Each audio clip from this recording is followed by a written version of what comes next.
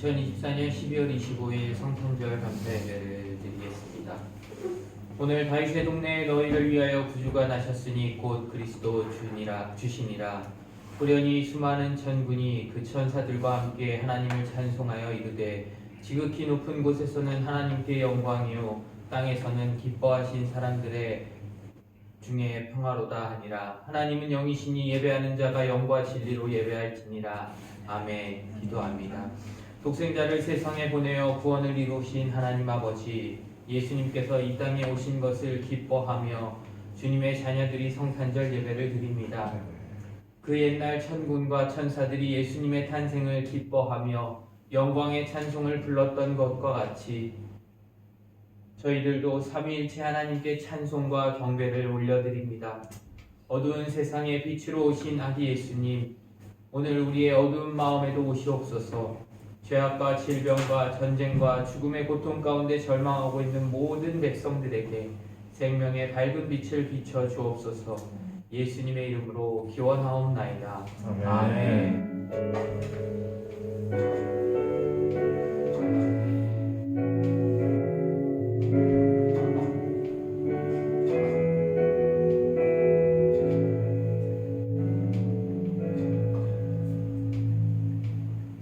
함께 찬송가 115장을 찬양하겠습니다.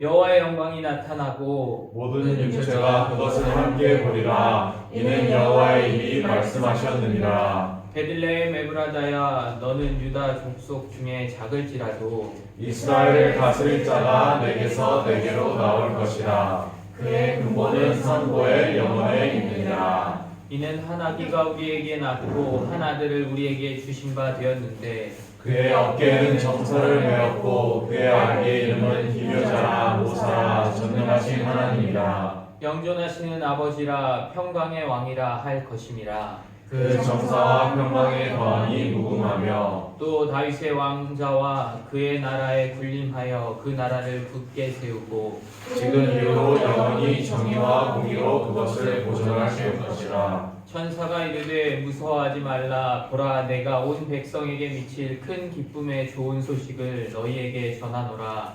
오늘 다윗의 동네에 너희를 위하여 구주가 나셨으니 곧 그리스도 주시니라. 아멘. 다 함께 사도신경으로 우리의 신앙을 고백하시겠습니다.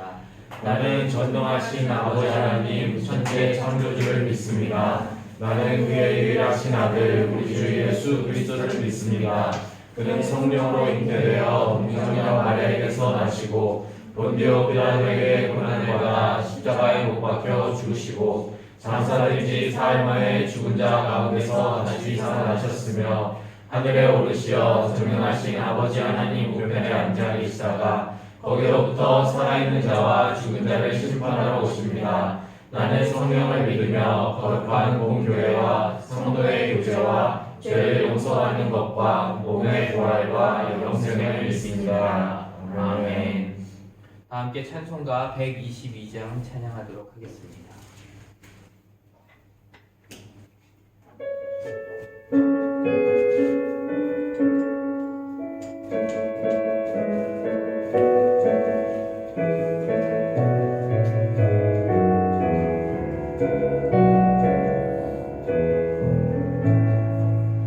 천만 가운 성도여 다 이리 와서 베들레헴 성 안에 가봅시다.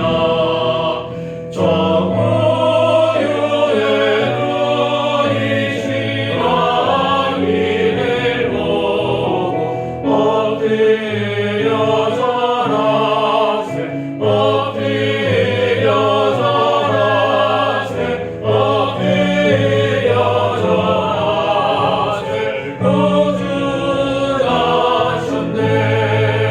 저 천사여 찬송을 높이 불러서 이와 만한 천지에 울리어라.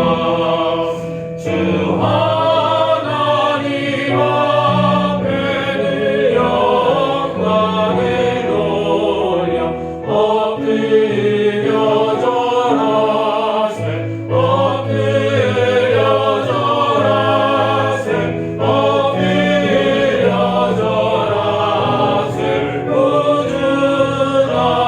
구주하셨네. 이 세상에 주께서 탄생할 때에 당신과 참 사람이 되시려고 저 동정녀 몸에서 나시었으니 엎드려 절하세 엎드려 절하세 엎드려 절하세 구주하셨네. 여호와의 말씀이 육신을 입어 날 구원할 구주가 되셨도다. 늘 감사한 찬송을 주 앞에 드려 엎드려 절하세 엎드려 절하세 엎드려 절하세 구주하셨네.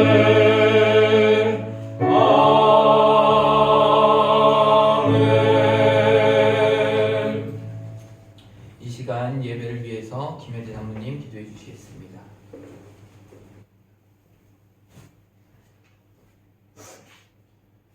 말씀이 육신이 된 아들 예수 그리스도를 우리의 일을 위해 보내주신 하나님께 모든 감사와 찬양과 영광 드리며 정성 다해 성탄 감사 예배를 올려드립니다.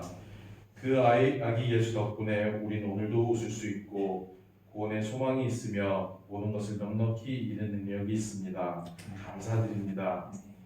그럼에도 하나님보다는 세상 사람들의 시선에 가장 민감하게 반응하고 불평, 정죄, 불순종, 교만을 일상 삼았던 저희들을 긍휼히 용서하여 주시옵소서. 스로베니아의 1세대 한인 이민자들로 류브리아냐 한인교회와 이준희 박수훈 선교사님, 와시 성도님, 최용희 집사님, 교현, 이든, 예나, 단일을 선택하사 세워주시사 이 나라 이민 사역의 이민 역사의 첫 페이지를 쓰는 특권을 주심에 감사를 드립니다. 아무리 어려움들이 많았더라도 우리의 1세대 선배님들은 여호와만을 의지하고 섬기는 자들이었다. 이 민족의 영혼 구원에 최선 다한 자들이었다라고 이웃들과 후손들과 하나님께 기억되도록 주님 붙들어 주시옵소서. 우리 다음의 세대들도 이 지하실 교회의 심겨진 신앙의 뿌리를 잘 이어가다 스로베니아 민족과 열방을 하나님 찬양케 하는 자들로 인도해 가옵소서. 이 예배를 섬기는 여러 성도님들 계십니다. 그들의 헌신을 주여 기뻐 받아 주시옵시고 주님 대언하시는 이준희 선교사님께 지혜와 성령 부어 주시사 한 명도 빠짐없이 주님 음성으로 듣고 그 말씀 우리의 것으로 만들어 살아내므로 우리의 삶 자체가 이웃들에게는 말씀의 증거이자 증명되게 하옵소서. 특히 예배 후 이곳 가난한 자들에게 예수 그리스도의 아름다운 소식 전하러 나아갑니다. 류브리아나 한인교회에 한인들로서는 이 나라에서 처음 있는 선교 사역입니다. 주님 우리를 보내사 마음이 상한 자들을 고치며 포로된 자의 자유를, 갇힌 자들에게는 노임을 선포하며 슬픈 자들을 위로하고 찬송의 옷으로 그 근심을 대신하게 하시어 여호와의 영광이 우리를 통해 나타나게 하옵소서. 할렐루야. 감사와 찬양 모두 주께만 올려드리며 어린 양으로 오신 예수님의 이름으로 기도드렸습니다. 아멘.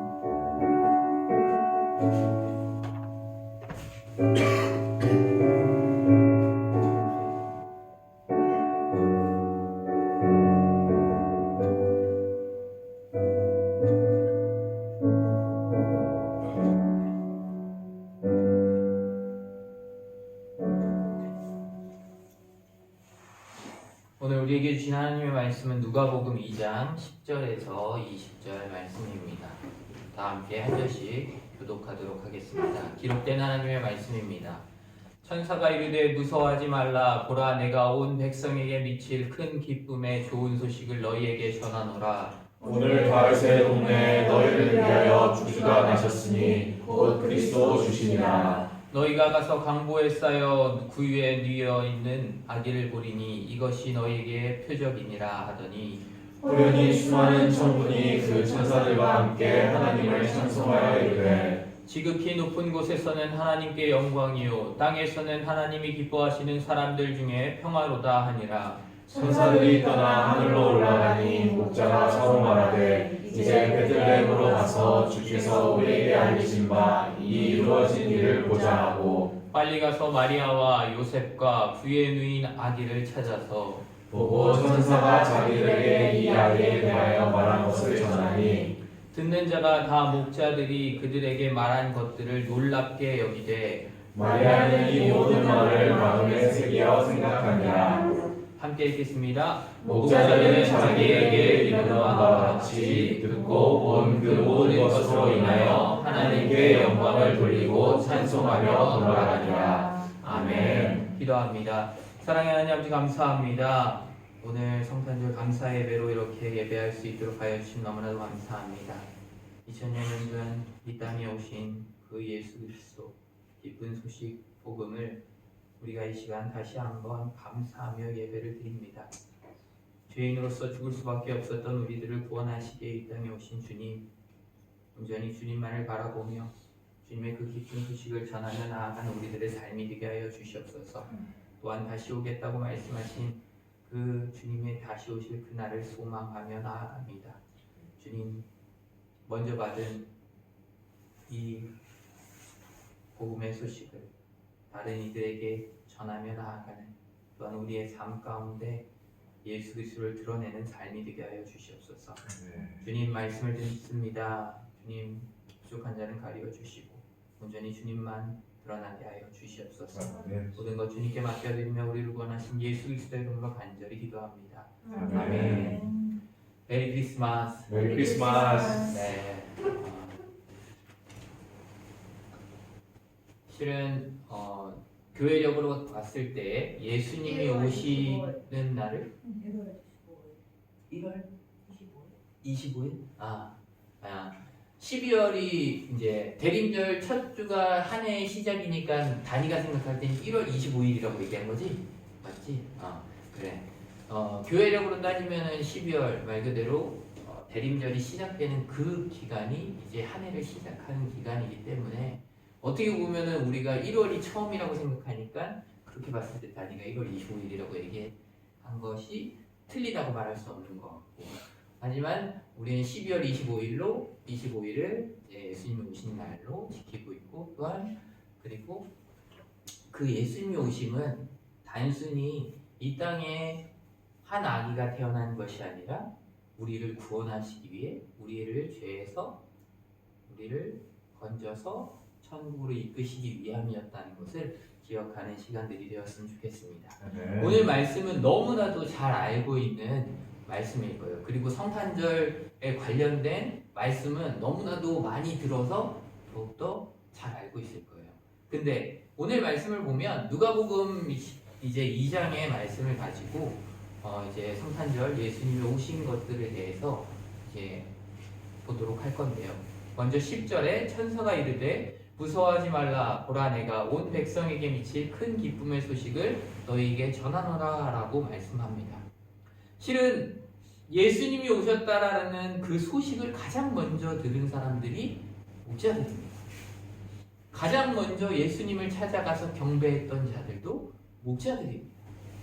그러니까 지금 누가복음에 기록되어 있는 이 목자들에게 천사들이 나타났다라는 것은 예수님이 이 땅에 오셨음을, 또 기쁜 소식을 전하는 첫 번째의 시간입니다.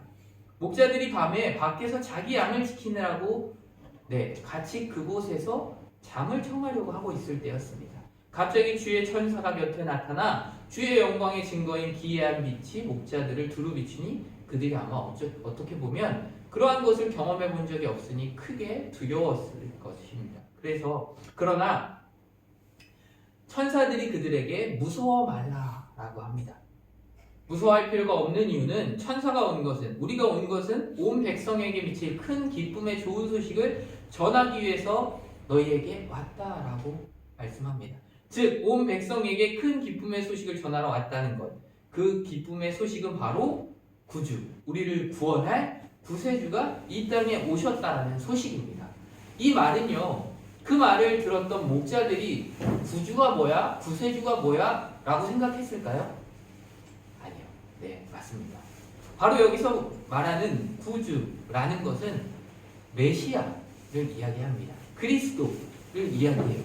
이게 뭐냐면 바로 구약에서 너희를 구원할 메시아가 올 것이라고 계속해서 말씀했기 때문에 그 목자들 또한 그 메시아라는 그 말을 들었을 때 메시아가 드디어 나타나는구나, 드디어 왕으로 우리를 구원하기 위해서 오시는가구나 라는 것들을 생각했을 것입니다. 바로 이 좋은 소식, 이 기쁜 소식은 온 인류에게 정말로 복음이었습니다. 복음은 하나님께서 인간의 구원을 위해 예수 그리스도를 보내신과 예수 그리스도를 통해 알려주신 기쁜 소식인데요. 헬라어로 유앙겔리오는 시편과 선지서에서 하나님의 통치가 이루어질 것이라는 구원의 기쁜 소식을 말하는 단어로 사용되어졌습니다. 신약에서는 구약에서 예언된 하나님의 아들 예수 그리스도를 다윗의 혈통에서 나게 하시고 죄인들을 구원하시기 위해 십자가에 못 박혀 죽게 하시고 다시 부활시키심으로써 예수님을 믿는 모든 사람에게 구원을 주신다는 사실을 바로 복음이라고 합니다. 그러므로 구주 예수님께서 이 땅에 오셨다는 그 자체가 우리에게는 가장 큰 기쁨의 소식, 즉 복음인 것입니다. 아멘. 우리들은 이 좋은 소식, 이 기쁨의 소식을 먼저 들은 사람입니다. 그렇기 때문에 우리가 먼저 들은 이 소식을 듣지 못한 사람들에게 전해야 할 사명이 있습니다. 그리고 복음은 언제나 사람들에게 큰 기쁨을 주는 것이니 우리는 담대히 나아가 전해야 합니다. 11절에 오늘 다윗의 동네에 너희를 위하여 구주가 나셨으니 곧 그리스도 주시니라 라고 말씀합니다. 헬라어 원어에는요, 이 한글로 번역된 것 앞에 호티라는 접속사가 나오는데, 이는 앞에서 말한 큰 기쁨의 좋은 소식이 구체적으로 어떤 것인가를 밝히는 접속사, 바로 그 문장임을 보여주기 위함입니다. 왜 큰 기쁨의 좋은 소식이냐면 즉 좋은 소식이란 것을 설명해 주려고 접속사를 붙여놓은 것입니다. 그리고 이어 오늘 다윗의 동네에 너희를 위하여 구주가 나셨으니 그리스도 주라고 말씀합니다. 이미 예수님께서 이곳에서 탄생하실 것에 대해 400년 전에 미가 선지자를 통해 예언하셨습니다. 따라서 예수님께서 베들레헴으로 오신다는 것은 이미 수많은 사람들, 그 유대인들이 다 알고 있었던 예언입니다. 베들레헴에서 메시아가 탄생할 것을 미리 하나님께서는 예언하셨고, 그리고 그 예언을 성취하고 계십니다. 구주로 번역된 헬라어 원어의 뜻은 질병이나 위험으로부터 구하다라는 뜻을 지녔고, 명사로는 구원자라는 뜻을 가집니다. 이 단어는 구약에서 빈번하게 등장하는 하나님을 가리키는 명칭이고요. 하나님께서는 구원자이신 구약 전반에 걸쳐서 선포되어지고 있습니다. 이 구주라는 명칭이 바로 예수님께 붙여진 것입니다. 이처럼 하나님께 적용되던 붙여지던 명칭을 예수님께도 적용시켜 예수님이 바로 하나님이심을, 참 하나님이심을 나타내고 있습니다. 그 구주가 너희를 위해서 나셨다고 말씀합니다. 예수 그리스도가 이 땅에 오신 목적이 너희, 즉 우리를 위해서임을 천사를 통해 밝혀주고 계심을 우리는 알 수 있습니다. 예수님이 예수님 자신을 위해 이 땅에 오셨나요? 아니죠. 누구를 위해서 왔어요? 맞아요. 나를 위해서 이 땅에 오셨어요. 그리고 그리스도라는 말은 헬라어로 기름 부음을 받은 자라는 뜻인데, 바로 히브리어로는 메시아입니다. 주는 단순한 존칭 이상의 의미를 지니는데, 헬라어 구약 성경인 70인역에서 이 단어는 하나님의 이름을 하나님의 이름으로 사용되는 바로 여호와로 번역되는 단어와 같이 사용하기도 합니다. 그런 의미에서 본문의 천사의 선언은 매우 놀라운 것입니다. 이제 막 태어난 갓난아기를 바로 주라고 칭했기 때문입니다.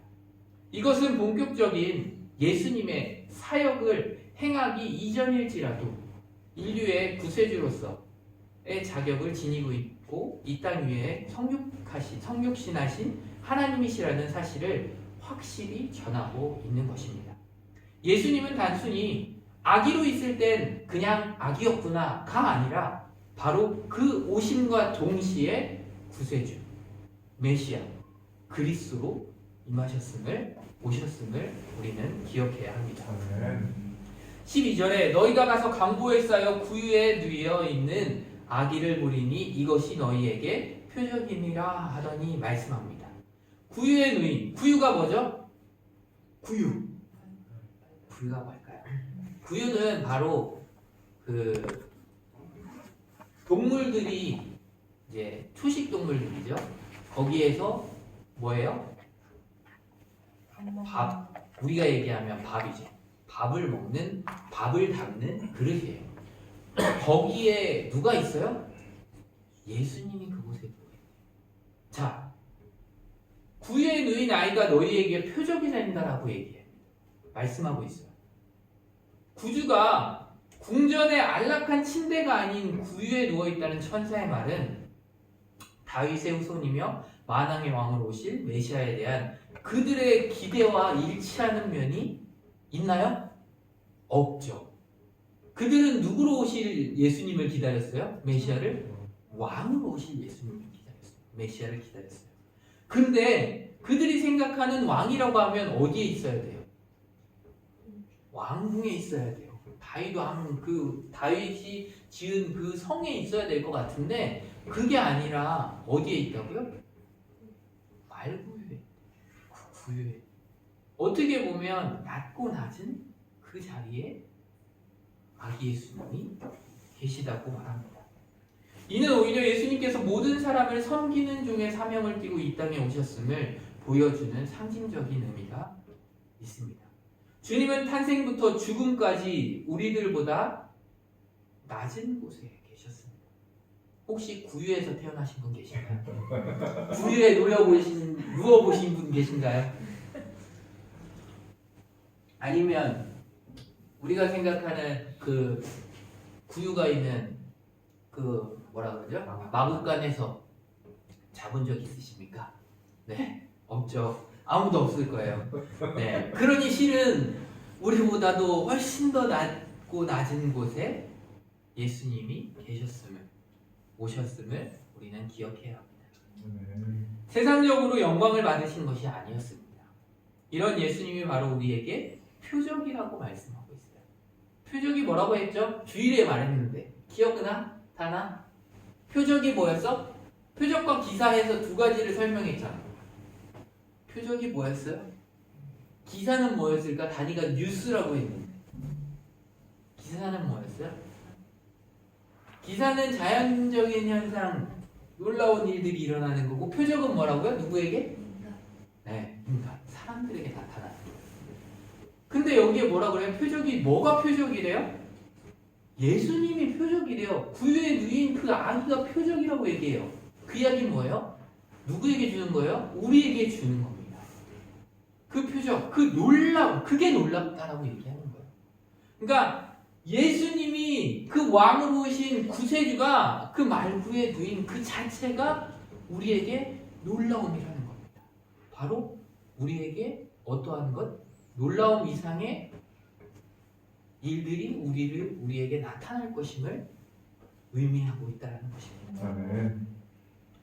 바로 사람들에게 나타나는 놀라운 현상, 병고침, 귀신 들린 자가 깨끗함을 받는 것 등 그것들을 말하는 것인데요. 바로 우리가 어떤 병에 걸려 있었어요?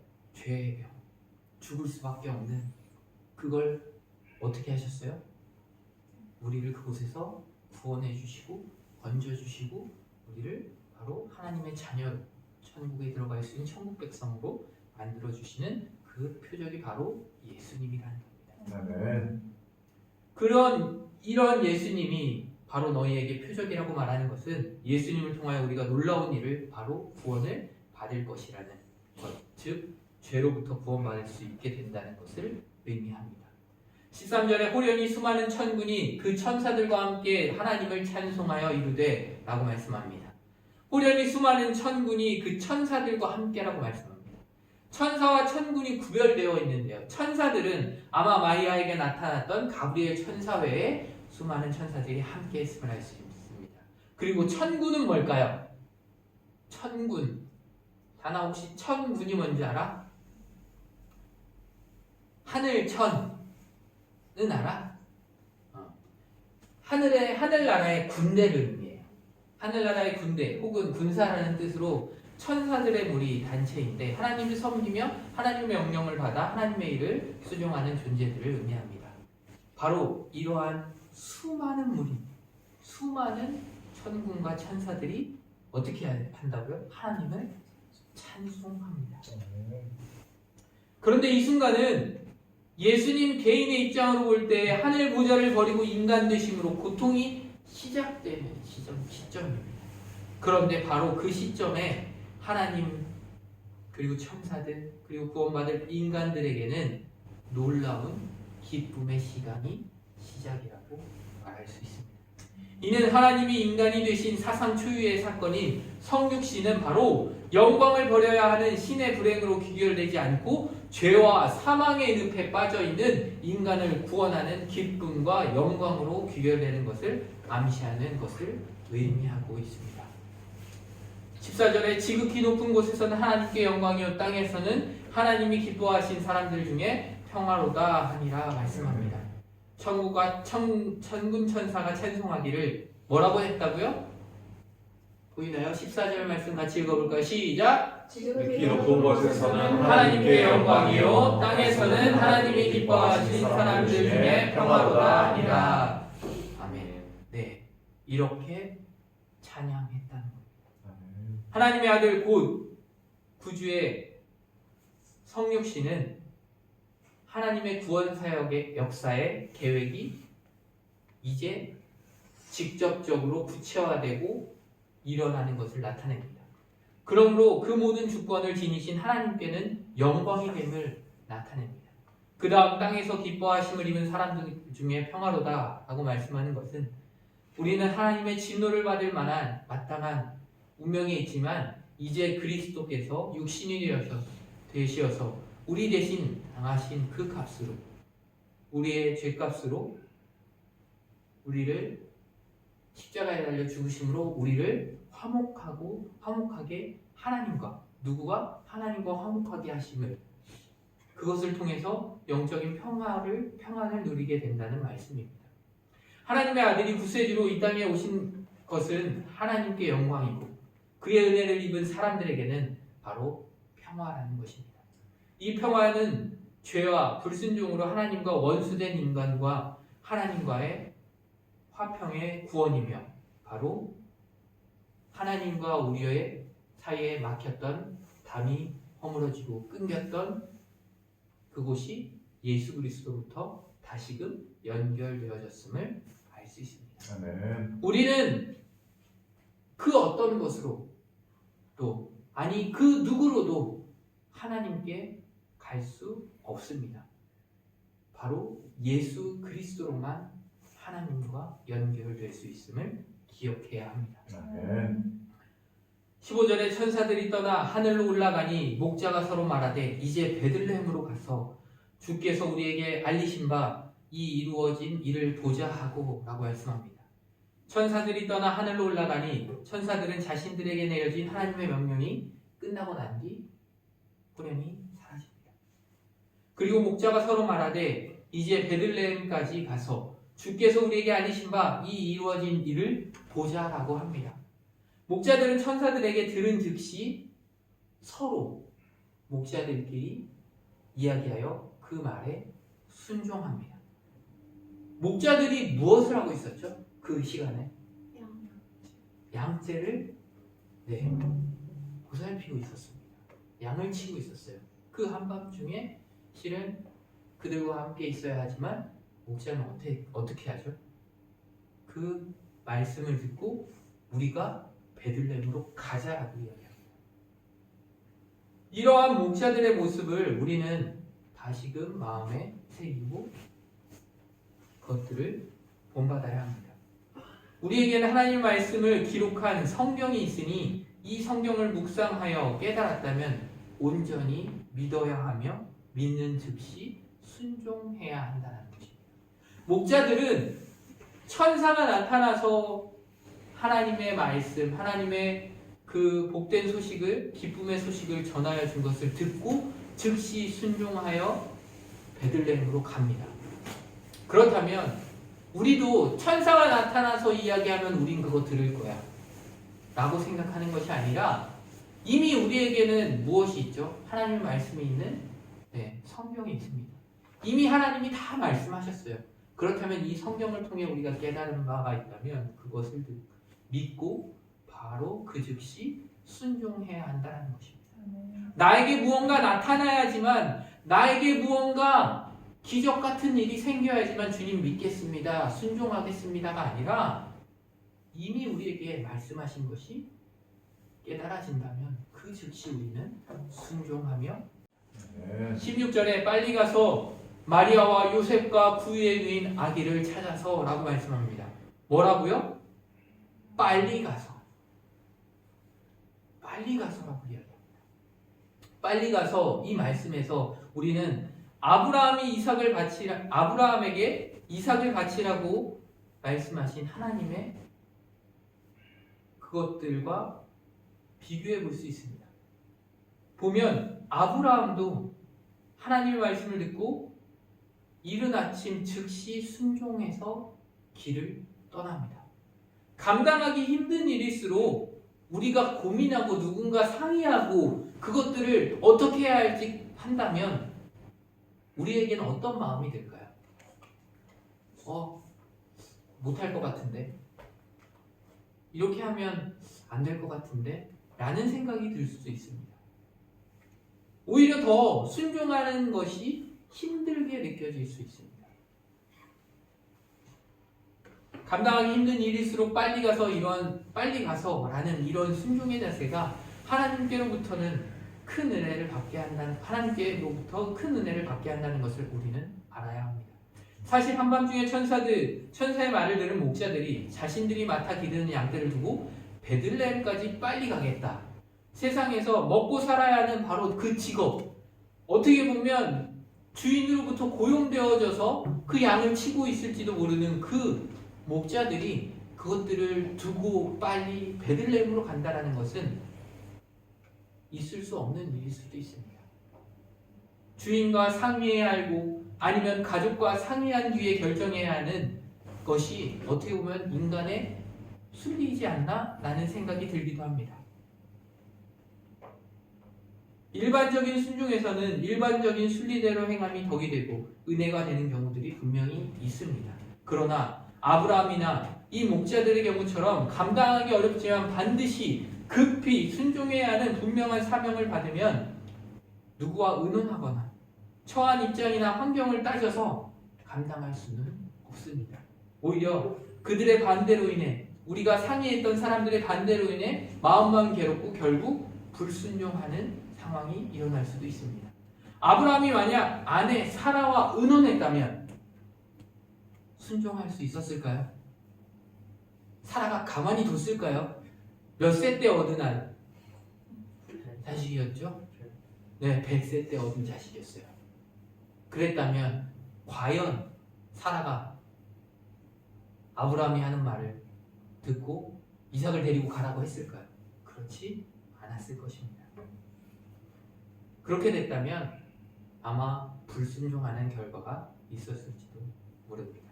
신앙의 문제라면 무조건 내가 깨달은 대로, 내가 생각한 대로만 한다라는 것은 한편으로 신앙적 고집에 해당될 수 있어 자칫 하나님께서 기뻐하시지 않을 수도 있습니다. 그러나 반드시 순종해야만 하는 일에서는 지체하지 않고 빨리 그 일을 해야 합니다. 그게 바로 하나님이 기뻐하시는 모습입니다. 그러니 빨리 가서 이 말 속에는 즉시 순종한다는 의미가 들어있음을 깨달아야 하겠습니다. 빨리 가서 이런 자세로 순종하면 하나님께서는 말씀과 일치하는 증거를 분명하게 보여주십니다. 목자들은 수많은 천사들의 찬양을 통해 구주가 태어나셨다는 소식을 듣고 가만히 있을 수가 없었습니다. 한시라도 빨리 구세주 아기 예수님을 보고 싶었기 때문입니다. 본문에서 찾아서로 번역된 헬라어는 반복이라는 개념의 접두어가 합성된 단어입니다. 목자들은 그것을 봤을 때 목자들은 반복해서 예수님을 찾았다고 볼 수 있습니다. 이것은 예수님을 찾기 위해 목자들이 노력했음을 알 수 있습니다. 아기 예수님을 단번에 찾지 못했다는 의미도 담고 있습니다. 목자들이 들은 건 뭐였어요? 베들레헴에 아이가 어디에 있어요? 구유에 있다라는 말만 들었어요. 그러니 베들레헴이 작은 마을이라고 해도 마구간을 다 돌아다녀야 했겠죠. 그러니 그들의 노력이 분명히 있었고 반복해서 빨리 가서 찾으려고 했던 모습들을 우리는 볼 수 있습니다. 목자들은 서둘러 베들레헴에 가서 노력하고 애써 찾은 끝에 구유에 누인 예수님을 발견하였습니다. 12절에 천사의 너희가 가서 아기를 보리라 라는 예언이 그대로 성취되었음을 알 수 있습니다. 17절에 보고 천사가 자기들에게 이 아기에 대하여 말한 것을 전하니 라고 말씀합니다. 기록에는 없어도 짐작하건대 목자들은 아마 가자마자 아기에게 경배부터 하고 그 다음 천사들에게 들은 소식을 마리아와 요셉에게 들려주었을 것입니다. 그리고 왜요? 왜 그랬을까요? 가자마자 왜 경배부터 했을까요? 그분이 누구였기 때문에 네, 우리를 구원할 메시아였다라는 것을 누구로부터 들었어요? 천사들로부터 들었기 때문이에요. 그리고 누구? 마리아와 요셉에게 들려줘. 천사들이 이야기하는 걸 들려주고 그리고 주위에 있던 사람들에게도 이 기쁜 소식을 전하게 됨을 우리가 그 다음 주를 통해서 알게 됩니다. 이것은 목자들이 매우 능동적으로 주저함 없이 복음을 힘써 알림으로 복음의 증인으로서 역할을 잘 감당할 수 하였다는 것을 알 수 있습니다. 18절을 보면 듣는 자가 다 목자들이 그들에게 말한 것들을 놀랍게 여기되 라고 말씀합니다. 분명히 어디에 갔어요? 어디에 간 거예요? 목자들이 예수님이 있는 그 마구간에 갔어요. 그리고 나서 천사들로부터 들은 이야기를 말했다고 해요. 그리고 난 다음에 바로 이어서 뭐라고 하냐면 듣는 자가 다 라고 이야기해요. 이 이야기는 뭐예요? 그 마구간 안에 요셉과 마리아 그리고 또 다른 사람이 있었다라고도 볼 수 있고 다르게 해석하면 요셉과 마리아를 만나고 난 이후에 다른 사람들에게 또 전했다라고도 볼 수 있습니다. 이렇게 경배 드린 후에 목자들은요 거기에서 멈추는 것이 아니라 진짜로 구주 메시아가 오셨어요. 왜요? 자기네가 들은 대로 가보니 정말로 말구에 누가 있어요? 구유에 메시아가 있었던 거예요. 만약에 갔는데 아무리 찾아도 그걸 찾지 못했다면 그건 사실이 아니니까 전할 이유가 없지만 우리가 천사에게 들은 그 말이 그대로 이루어졌기 때문에 이것은 진짜였던 거예요. 이들이 믿을 수밖에 없었던 겁니다. 그렇기에 이들이 그것을 듣고 가만히 있을 수가 없었던 거예요. 그것을 전하기 시작했던 겁니다. 바로 경배드린 후에 그 베들레헴 동네의 사람들에게 전했다고 볼 수 있습니다. 이렇게 그 기쁜 소식을 들은 사람들이 분명히 있었습니다. 그런데 그들은 목자의 말하는 것을 듣고 어떻게 여겼대요? 놀랍게 여겼대요. 이 놀랍게 여기되 라는 헬라어 언어는 의심이라는 것을 포함하고 있어요. 의심을 나타낼 뿐만 아니라 경이로움과 놀라움의 의미까지 표현하는 단어입니다. 여기서 나오는 주변 사람들도 다 메시아를 기다리는 사람들이었어요. 왜요? 유대인들이었기 때문에. 그들도 분명히 메시아가 올 것을 기다리던 사람이에요. 그러니 목자들이 와서 예수님이 오셨다, 메시아가 왔다 라고 얘기했을 때 놀랄 수밖에 없었어요. 근데 그 놀라움 안에는 놀라는 것으로 끝나는 게 아니라 그분이 어디로 오셨다고요? 말구에 오셨다, 구유에 오셨다라는 것에 의심이 들었다라는 겁니다. 그들은 불과 칼을 들고 임금으로 오실 메시아만을 상상했을 것입니다. 목자들의 말에 그러니 진짠가? 놀랍다라는 생각을 들지만 그게 정말일까? 라는 의심이 들었다는 겁니다. 믿어졌다면 주변 사람들도 당장 달려가 아기 예수님께 경배를 했을 것이에요. 그런데 그러한 말씀은 없고 놀랍게 여기되 라는 말씀만 있습니다. 그리고 19절의 말씀을 보면 더욱더 정확해집니다. 19절에 마리아는 이 모든 말을 마음에 새기어 생각하니라 라고 말씀합니다. 많은 사람들이 들었는데 그 말씀을 마음에 새긴 사람은 누구예요? 마리아였습니다. 마리아는 어떻게 이것을 마음에 새길 수 있었을까요? 주변 사람들은 의심하였지만 마리아는 그것이 진리임을, 그게 정말로 나를 통해서 태어난 그 아이가 메시아임을 믿을 수밖에 없었던 겁니다. 예수님께서 아기로 탄생하셨음을 눈으로 얼마든지 확인할 수 있었음에도 경배하였다는 사람들의 기록은 없습니다. 복음을 들었지만 믿지 않았음을 우리는 알 수 있습니다. 만약에 우리가 그때 구유 주변 그 베들레헴 어귀에서 그 말을 들었을 때 우리가 그 자리에 있었다면 우리는 어떠했을까요? 믿을 수 있었을까요?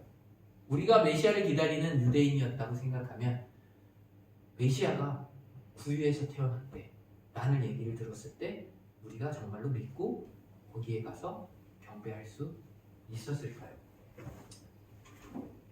그러나 육신의 어머니 마리아는 달랐습니다. 어떻게 다를 수 있었냐 하면 예수님 잉태하기 직전 이미 누구로부터? 가브리엘 천사로부터 예수 그리스도를 낳게 될 것을 들었어요. 그리고 그 이름을 예수라 하라는 것까지도 들었어요. 그리고 난 뒤에 그것으로만 끝난 게 아니라 요한의 어머니를 만나 엘리사벳과 또 이야기하던 중에 하나님의 이게 말씀이 맞다라는 것을 깨닫고 있었습니다. 그렇기 때문에 그 마음에 지키어 생각하니라 이 말씀은 이 색이었다라는 이 말씀은 이미 받은 말씀을 믿음으로 순종하니 그 결과가 믿음대로 이루어짐에 따른 감사와 기쁨의 마음을 깊이 간직했다라는 뜻입니다. 이미 마리아는 천사로부터 들었고 그것이 이루어지고 있다라는 것을 자기 몸으로 느꼈고 그리고 정말로 그 아이가 구원자임을 눈으로 보았기 때문에 그것을 이미 마음속에 새기고 있었다는 겁니다. 20절에 목자들은 자기들에게 이르던 바와 같이 듣고 본 그 모든 것으로 인하여 하나님께 영광을 돌리고 찬송하며 돌아가니라 라고 말씀합니다. 목자들은 천사가 전해준 대로 믿고 가본이 되어진 일이 너무나도 똑같았어요. 천사가 말한 그대로 예수님이 구유에 있었습니다. 그리고 나서 그것을 보고 하나님께 영광을 돌렸고 찬송을 드렸습니다. 확인함으로 확신했다는 것보다 확신함으로 확인함이 더 크게 기쁘고 감동이 되는 것입니다. 그래서 보지 않고 믿는 믿음이 보고 믿는 것보다 더 큰 믿음이라고 주님께서 말씀하셨습니다. 목자들이 처음부터 보고 믿은 걸까요? 아니죠. 음성을 듣고 그것을 가서 보고 이미 갈 때에 믿음을 가지고 가서 속히 순종해서 찾았던 겁니다. 그러니 아직 확인되지 않았지만 이미 믿고 순종하여 나갔던 것입니다. 그렇기 때문에 이미 그들의 믿음은 보고 믿은 자들보다 훨씬 더 크다고 볼 수 있습니다. 그리고 목자들은 어떻게 한다고요? 영광을 돌리고 찬송하고 어떻게 해요? 돌아간대요. 자, 생각해 보세요. 메시아가 오셨음을 직접 그 자리에서 보셨다고 생각하면 어떻게 하시겠어요? 어떻게 할 것 같으세요? 더 믿고 싶어요. 네, 맞아요. 그 메시아와 함께하고 싶겠죠.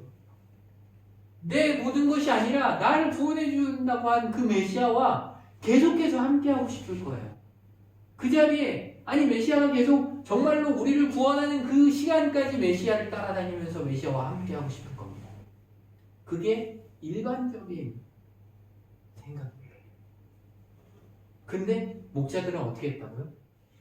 돌아갔다고 합니다. 뭔가 이상하죠? 이 말씀에 대해서 혹시 깊이 생각해 보신 적 있으세요? 목자들이 돌아간 거에 대해서 경배하고 그냥 갔구나. 그냥 아마 그걸로 예수님을 봤으니 이제 경배하고 돌아가는 게 맞지. 근데 생각해 보면 진짜로 이분이 메시아고 구세주고 우리의 구주라면 우리를 구원할 자라면 그분과 계속해서 함께해야 하는 것이 어떻게 보면 인간들의 마음인 겁니다. 만약에 여러분들에게요, 내가 너희를 구원할 거야. 너의 모든 것들을 책임질 거고 너의 모든 것들을 다 내가 해줄게 라고 하는 사람이 나타났다면 그 사람과 함께 하겠습니까? 떠나겠습니까? 함께 해야죠. 그렇죠. 함께 하겠죠. 근데 돌아갔다라는 것은 여기서 우리가 깊이 봐야 할 부분이 있습니다. 어떻게 보면 이러한 일들을 경험하고 난 그리스도인들은 만약에 성령 충만함이라고 이야기한다면 그것들을 받고 난 다음에 실은 일상으로 돌아가지 못하는 경우들이 많이 있습니다. 자기가 일하던, 자기가 생활하던 그곳으로 돌아가지 못하고 그 성령 충만함을 받았던 그곳에 머무는 경우들이 많이 있습니다. 그러나 정상적인 그리스도인의 삶은요, 하나님께 영광 돌리며 찬송하면서도 반드시 일상으로 돌아갈 수 있어야 합니다. 왜요? 우리는 그 일상으로 돌아가서 그곳에서 그 받은 은혜를 전해야 하는 사명이 있습니다. 우리가 그것을 누리고 그 자리에 가만히 있는 것이 우리의 하나님의 계획이 아니라 우리가 받은 그 은혜, 그걸 가지고 일상으로 나아가서 그곳에서 그 은혜를 나누며 전해야 하는 것이 우리의 사명임을 알아야 합니다. 목자들은 자신들이 해야 하는 일들이 무엇인지 분명히 알았던 것입니다. 경배하고 그들의 있던 삶으로 돌아가 그곳에서 계속해서 그 일을 감당하며 복음의 소식을 전하며 나아갔던 겁니다. 자, 여기서 보면 목자들 말고도 우리가 성탄절 하면 예수님께 경배하러 왔던 누가 있죠? 동방박사. 동방박사들도 남아있었나요? 아니요. 경배하고 돌아갔습니다. 그들이 일하던 그곳으로 돌아갑니다. 놀라운 은혜에 빠져서 교회에서만 살겠다. 일상의 일이 중요하게 여겨지지 않는다. 갑자기 기적 같은 체험을 하면 이러한 마음이 들 수가 있습니다. 그저 교회에서 있고 그 은혜 가운데만 있으면 되지 라고 생각할 수도 있습니다. 근데 교회에서도 이런 일들을 많이 합니다. 교회에 계속 오라고 합니다. 교회에 와서 봉사하라고 합니다. 교회에 와서 일하라고 하고 여기에서 은혜를 나누라고 합니다. 근데 우리가 해야 할 것은 무엇입니까? 바로 우리가 살고 있는 그 현장으로 나아가야 합니다. 예수님 또한 그렇게 하셨습니다. 예수님이 분명히 어릴 때 성전, 회당에서 말씀을 가르치시고 났을 때 그때 부모였던 요셉과 마리아가 예수님을 찾았죠. 그때 예수님이 뭐라고 얘기하죠? 내가 아버지 집에 있을 줄 모르시나이까? 라고 얘기해요. 하지만 그 아버지 집에 예수님이 계속 계셨나요? 그곳에 계속 계시면서만 가르쳤을까요? 아니죠. 예수님도 나아가셨습니다. 어려운 사람들에게, 또한 복음을 들어야 하는 사람들에게, 그런 사람들에게 나아가 복음을 전하고 그들을 구원하셨습니다. 우리의 삶 또한 우리도 그렇게 살아야 합니다. 신앙생활은 교회에서만 하는 것이 아니라 생활 속에서 더 많이 해야 하는 일입니다. 생활에서의 믿음에 따른 순종의 삶이 훨씬 더 귀한 일임을 우리는 알아야 합니다. 우리가 주일에 예배드리고 또 다른 교회에서의 모임들 그런 것들을 중요시하는 것도 중요하지만 가장 중요한 건 우리가 처해 있는 상황과 환경과 그 일터와 모든 상황 가운데 그곳에서 그리스도인으로서 복음을 전하며 또한 그리스도를 드러내며 살아가는 것이 중요하다는 것을 분명하게 알아야 합니다. 말씀을 정리합니다. 기쁜 소식, 즉 예수 그리스도가 나심을 들은 목자들은 자신들의 상황과 환경을 보지 않고 즉시 순종하여 예수님께 갔습니다. 그리고 그곳에서 주님께 경배하고 찬양하였습니다. 그리고 더 나아가 그 기쁜 소식을 사람들에게 전했습니다. 이 모습을 통해 우리는 목자들과 같이 행해야 합니다. 우리는 이미 기쁜 소식을 먼저 들은 사람들입니다. 이미 우리는 그리스도를 믿어 구원을 받았다고 믿는 사람들입니다. 구원 받았죠? 예수님을 믿죠? 네. 우리는 이미 구원받은 사람들입니다. 그렇다면 아직 구원받지 못한, 아직 예수님을 모르는 그 사람들에게 나아가 이 기쁜 소식을 전해야 합니다.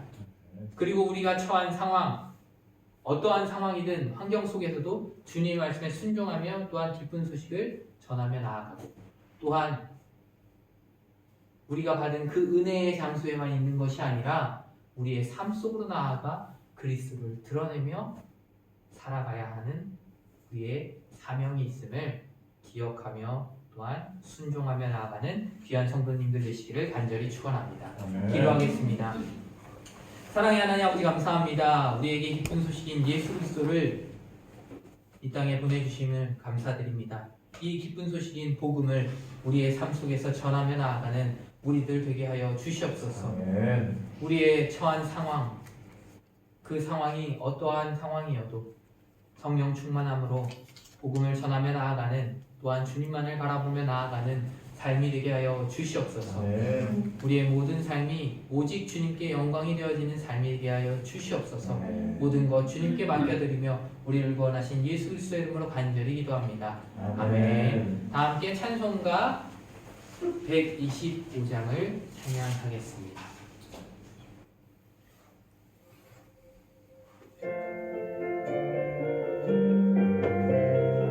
온전히 주님께 영광 돌리면서 찬송하도록 하겠습니다.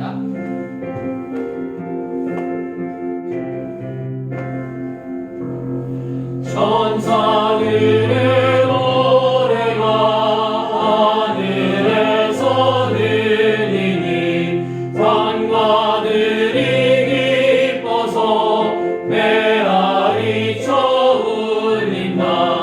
영광을